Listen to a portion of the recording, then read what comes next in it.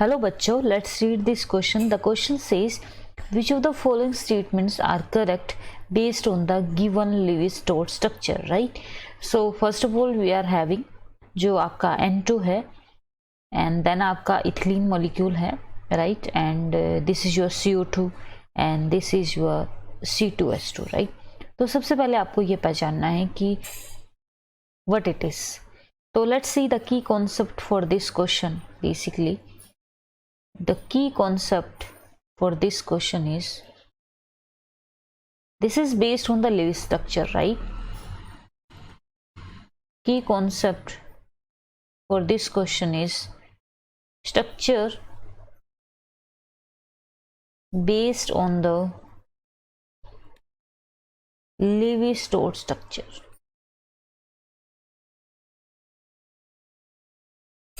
And identification of molecules. Identification of molecules. So one by one we will do, like first of all we'll write the कौन सा molecule है. ये आपका N2 molecule है, ये आपका C2H4 molecule है. तो हम कैसे रिप्रेजेंट कर सकते हैं इसको? हम कुछ इस तरीके से रिप्रेजेंट कर सकते हैं जो बेसिक हमारे माइंड में आता है, right. And this is your CO2 molecule. CO2 कैसे रिप्रेजेंट होता है वो हमारा इस तरीके से, वो समझेंगे कि हम ऐसे ही क्यों होता है. Then we are having C2H2, right. It is nothing but acetylene. ये आपका कुछ इस तरीके से हो गया. तो आप देख सकते हैं कि जो COC के बीच में जो बॉन्ड है वो ट्रिपल बॉन्ड है. तो ये बना कैसे है? 3 बॉन्ड कार्बन ने शेयर किए होंगे इलेक्ट्रॉन, 3 इसने शेयर किए होंगे, तो हमारे पास टोटल ये ट्रिपल बॉन्ड बना होगा. ठीक है, तो देखिए जरा क्या मतलब हम किस तरीके से बना सकते हैं. तो N2 जो स्ट्रक्चर है, बेसिकली N2 जो है हमारे पास, आपको पता है नाइट्रोजन के पास 5 वैलेंस इलेक्ट्रॉन है, right. You can see here. So basically we can represent कि 3 इलेक्ट्रॉन हमने यहाँ पे लिख दिए. अगेन नाइट्रोजन आपके पास 3 इलेक्ट्रॉन शेयर करेगा एंड 2 इलेक्ट्रॉन एक्स्ट्रा.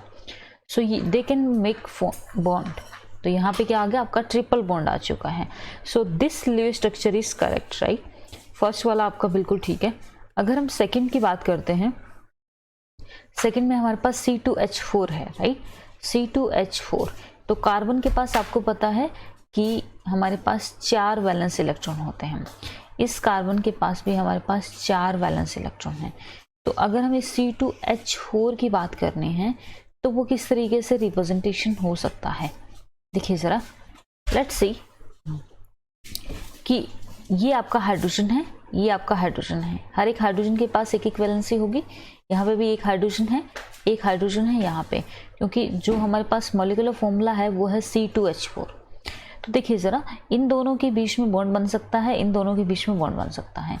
इस हाइड्रोजन के बॉन्ड इलेक्ट्रॉन पे और इस कार्बन के इलेक्ट्रॉन से बॉन्ड बन सकता है, इसमें बॉन्ड बन सकता है. देखिए ये बॉन्ड बन सकता है, ये बॉन्ड बन सकता है. तो अगर हम इसको बेसिकली रिप्रेजेंट करते हैं तो कुछ इस तरीके से होता है. और ये आपको पता है कि एक इथीन मॉलिक्यूल होता है, right. So this Lewis structure is also correct. तो we can represent this is also correct, this is also correct. Second की अगर हम बात करते हैं तो दिस इज CO2, राइट.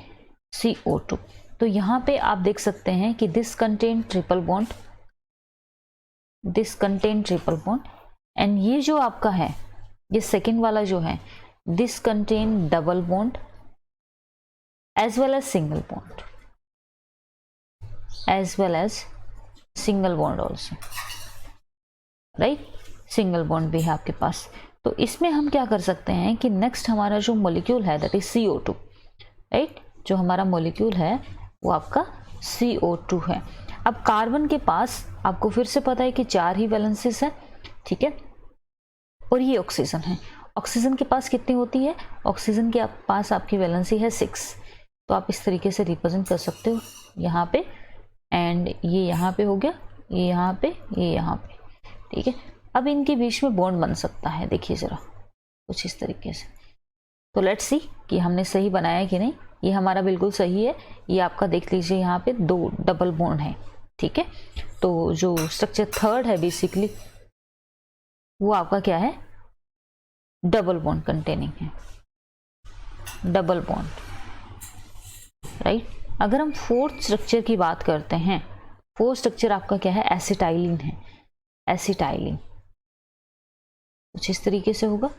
क्या ये बिल्कुल सही है? यस। अगर यहाँ पे हम इलेक्ट्रॉन्स की बात करते हैं तो इसने अपना इलेक्ट्रॉन्स इस तरीके से शेयर किए होंगे, एक इलेक्ट्रॉन इसका, एक इलेक्ट्रॉन इसका, एक इलेक्ट्रॉन इसका, एक इलेक्ट्रॉन इसका। तो ये आपका हो गया C2H2, right.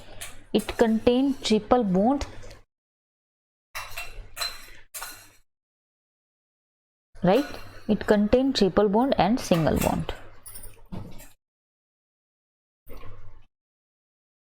Alright, so we can see that, let's say first and fourth represent formation of triple bond, right? So बिल्कुल सही स्टेटमेंट है। यहाँ पे आपका ये ट्रिपल बॉन्ड कंटेन कर रहा है, ये भी ट्रिपल बॉन्ड, तो this statement is correct. Let's see the next statement.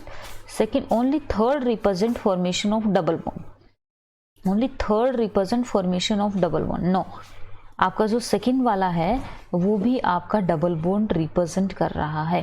So this statement is wrong. Only लिखा है ना यहाँ पे, देखिए, only second represent formation of single bond, only second represent formation of single bond. This is also wrong because आप देख सकते हैं यहाँ पे भी सिंगल बॉन्ड का फॉर्मेशन है, तो this statement is also wrong. Only लिखा है, अगर ये लिखा होता second statement represent formation of single and double bond, that is correct, ठीक है। बट यहाँ पे देखिए ओनली दिस, बिकॉज ओनली नहीं है, बिकॉज दिस वन ऑल्सो, ये दोनों आपके कर रहे हैं। अगर हम फोर्थ स्टेटमेंट की बात करते हैं, second and third both represent formation of single bond, तो आप देख सकते हैं कि थर्ड में हमारे पास कोई सिंगल बॉन्ड नहीं है, ऑलरेडी डबल बॉन्ड ही है हमारे पास, ठीक है। So this statement is also wrong. So we can conclude that only our first statement is correct, that is first and fourth represent formation of triple bond. So your option number A is correct. I hope you understood this concept. Thank you so much and all the best.